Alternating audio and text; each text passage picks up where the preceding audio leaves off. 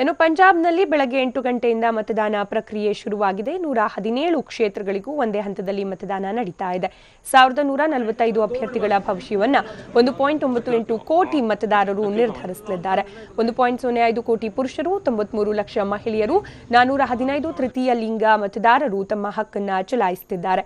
ಚುನಾವಣೆ ಹಿನ್ನೆಲೆಯಲ್ಲಿ ಯಾವುದೇ ಅಹಿತಕರ ಘಟನೆ ನಡೆಯದಂತೆ ರಾಜ್ಯಾದ್ಯಂತ ಭಾರಿ ಭದ್ರತೆ ಒದಗಿಸಲಾಗಿದೆ. ಈ ಬಾರಿಯ ಚುನಾವಣೆಯಲ್ಲಿ ಬಿಜೆಪಿ, ಅಕಾಲಿ ದಳ ಮೈತ್ರಿಕೂಟ, ಕಾಂಗ್ರೆಸ್ ಮತ್ತು ಆಪ್ ಪಕ್ಷಗಳ ನಡುವೆ ತ್ರಿಕೋನ ಸಮರ ಏರ್ಪಟ್ಟಿದೆ. ಸಿಎಂ ಪ್ರಕಾಶ್ ಸಿಂಗ್ ಬಾದಲ್, ಉಪಮುಖ್ಯಮಂತ್ರಿ ಸುಖಬೀರ್ ಸಿಂಗ್ ಬಾದಲ್ ಮತ್ತು ಕಾಂಗ್ರೆಸ್ನ ಅಮರಿಂದರ್ ಸಿಂಗ್, ನವಜೋತ್ ಸಿಂಗ್ ಸಿಧು ಪ್ರಮುಖ ಸ್ಪರ್ಧಾಳುಗಳು. ಇನ್ನು ಪ್ರಪ್ರಥಮ ಬಾರಿಗೆ ಪಂಜಾಬ್ ಅಖಾಡದಲ್ಲಿ ಅದೃಷ್ಟ ಪರೀಕ್ಷೆಗೆ ಇಳಿದಿರುವ ಆಮ್ ಆದ್ಮಿ ಪಕ್ಷ ಭಗವಂತ್ ಮಾನ್ರನ್ನ ಸಿಎಂ ಅಭ್ಯರ್ಥಿಯಾಗಿ ಕಣಕ್ಕಿಳಿಸಿದೆ.